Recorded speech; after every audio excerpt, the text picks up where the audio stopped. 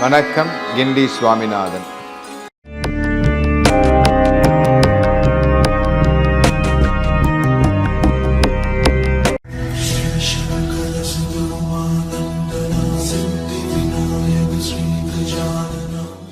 வாழ்க்கையில் திருப்புமுனை தரக்கூடிய திருப்பதி.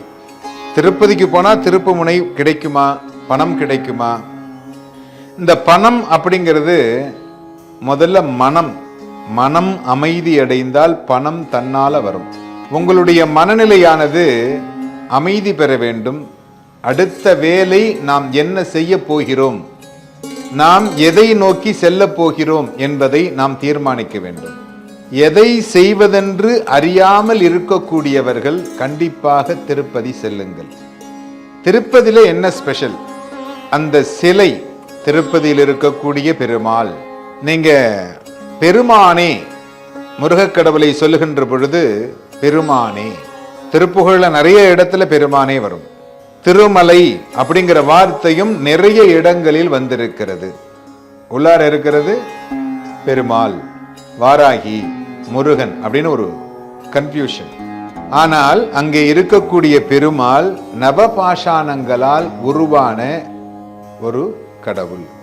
இந்த நவபாஷாணங்களால் உருவான கடவுள் என்பதற்கு இந்த பச்சை கற்பூரம் பார்த்தீங்கன்னா, கருங்கலிலே பச்சை கற்பூரத்தை அரைத்து வைத்தீர்களேயானால் அந்த கல்லாகப்பட்டது அந்த இடத்திலே கண்டிப்பாக அரித்து விடும். ஆனால் பெருமாளுக்கு பார்த்தீங்கன்னா இந்த இடத்துலையும் வச்சிருப்பாங்க, நாமமும் பச்சை கற்பூரத்தில் தான் போட்டிருப்பாங்க. இதுவும் மருத்துவ குணத்திற்காக, மருத்துவத்திற்காக இது பயன்படுத்தப்படுகிறது. உலக நன்மைக்காக இந்த பச்சை கற்பூரம் சார்த்தி அதை மருந்தாக பயன்படுத்தி வருகிறார்கள்.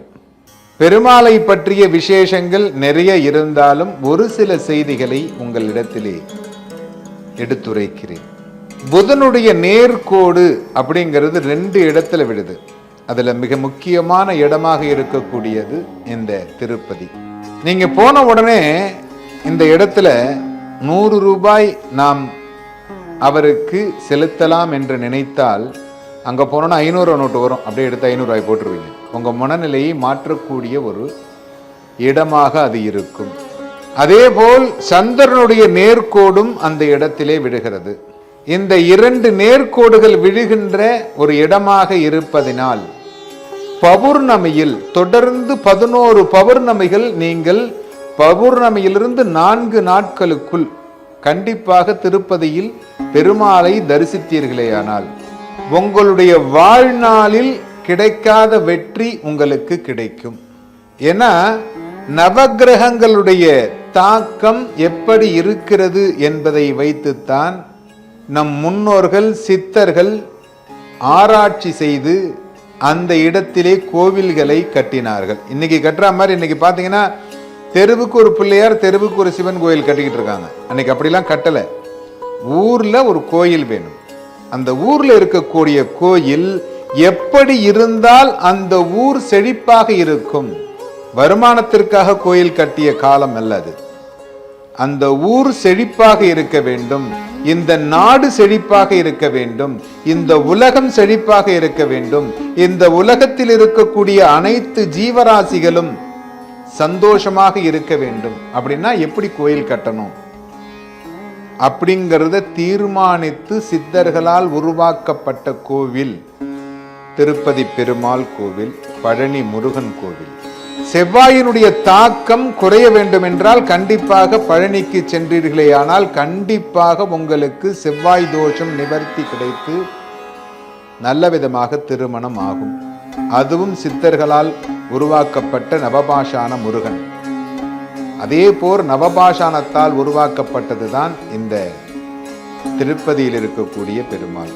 திருப்பதியில் இருக்கக்கூடிய பெருமாளை பற்றிய கதைகள் அப்படின்னு சொன்னீங்கன்னா நாம் நிறைய சொல்லிக்கொண்டே செல்லலாம். அதில் ஒரே ஒரு கதையை மட்டும் கூறுகிறேன். ஒரு முறை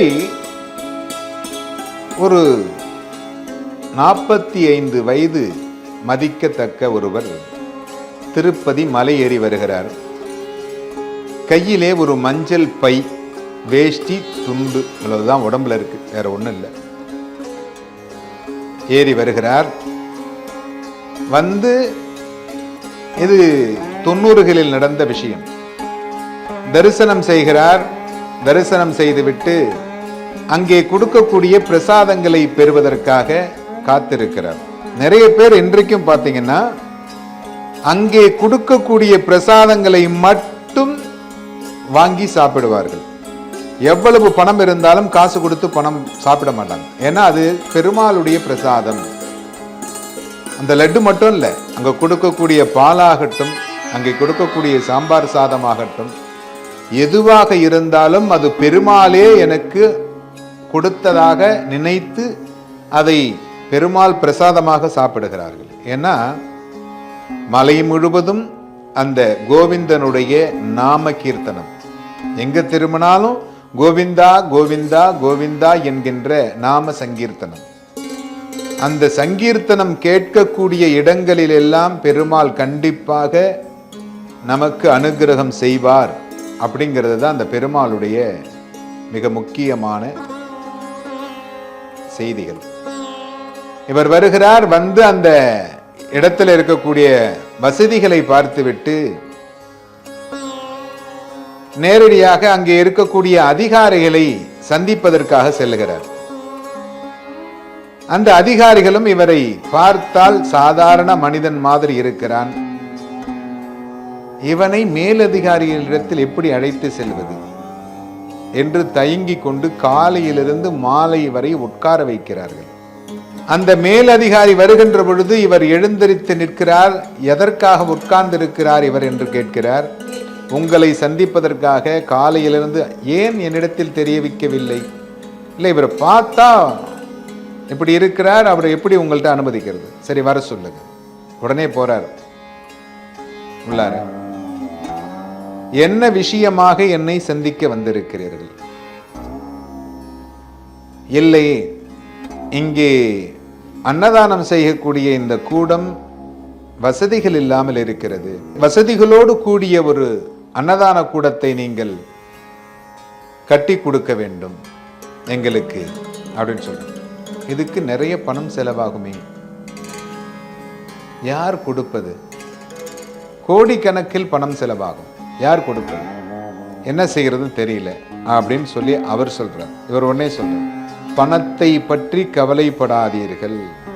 உடனே இருக்கிறார். அந்த மஞ்சள் பையிலேருந்து ஒரு செக்கை எடுத்து உடனே டக்குன்னு கிராஸ் பண்ணாத செக்கை எழுதி கையில் கொடுத்துறார். எவ்வளவு வேண்டுமோ அதை நீங்கள் பூர்த்தி செய்து கொள்ளலாம். அந்த அன்னதான மண்டபத்தினுடைய முழு செலவையும் நான் ஏற்றுக்கொள்கிறேன். அதற்கு தேவையான உபகரணங்களும் நான் வாங்கி தருகிறேன். ஆனால் நல்ல விதமாக ஒரு அன்னதான மண்டபத்தை கட்டுங்கள். தங்களுடைய பெயரை கூறுங்கள் என்று கேட்கின்ற பொழுது என்னுடைய பெயரையோ என்னுடைய குடும்பத்தினுடைய பெயரையோ அதில் பதிவு செய்து விடாதீர்கள். கோவிந்தா என்கின்ற அந்த நமோ நாராயணா என்கின்ற அந்த ஒரு பெயரை மட்டும் அதில் பொறியுங்கள். இவையெல்லாம் எனக்கு கொடுத்தது அந்த நாராயணன், அந்த கோவிந்தன் தான். அவனிடத்திலே நான் திருப்பி கொடுக்கிறேன் என்பதை மட்டும் கூறிவிடாதீர்கள். இதை காணிக்கையாக ஏற்றுக்கொள்ளக்கூட வேண்டாம். நான் செய்வதாக எந்த இடத்திலும் பதிவு செய்யாதீர்கள் அப்படின்னு சொல்லிவிட்டு அவர் செல்லுகிறார். 2-3 ஆண்டுகளில் அந்த இடம் அவர் நினைத்தது போல் அந்த இடத்திலே கட்டி அந்த இடத்திற்கு அவரை அழைக்க வேண்டும் என்றால் மீண்டும் அவரை தேடி கண்டுபிடிப்பது என்பது சிரமமாக இருக்கிறது. ஏன்னா அவர் வர்ற போது பார்த்தீங்கன்னா நடந்துதான் வருவார். திரும்பி போற போது பார்த்தீங்கன்னாக்க விலை உயர்ந்த காரிலே செல்லுவார். கீழே இறங்கணுன்னே அவருக்கு கார் காத்துக்கிட்டு இருக்கும். விலை உயர்ந்த காரிலே அவர் சென்று விடுவார். ஆனால் திரும்ப வரும்போது கையில் கொண்டு வந்து அந்த காரை விட்டுட்டு சாதாரணமாக நடந்து வருவார். இந்த மாதிரி திருப்பதியில் வந்து தரிசனம் செய்துவிட்டு கண்ணுக்கு தெரியாமல் கோடிக்கணக்கான பணங்களை கொண்டு வந்து அங்கே கொடுக்கக்கூடிய பக்தர்கள் நிறைய பேர் இருக்கிறார்கள்.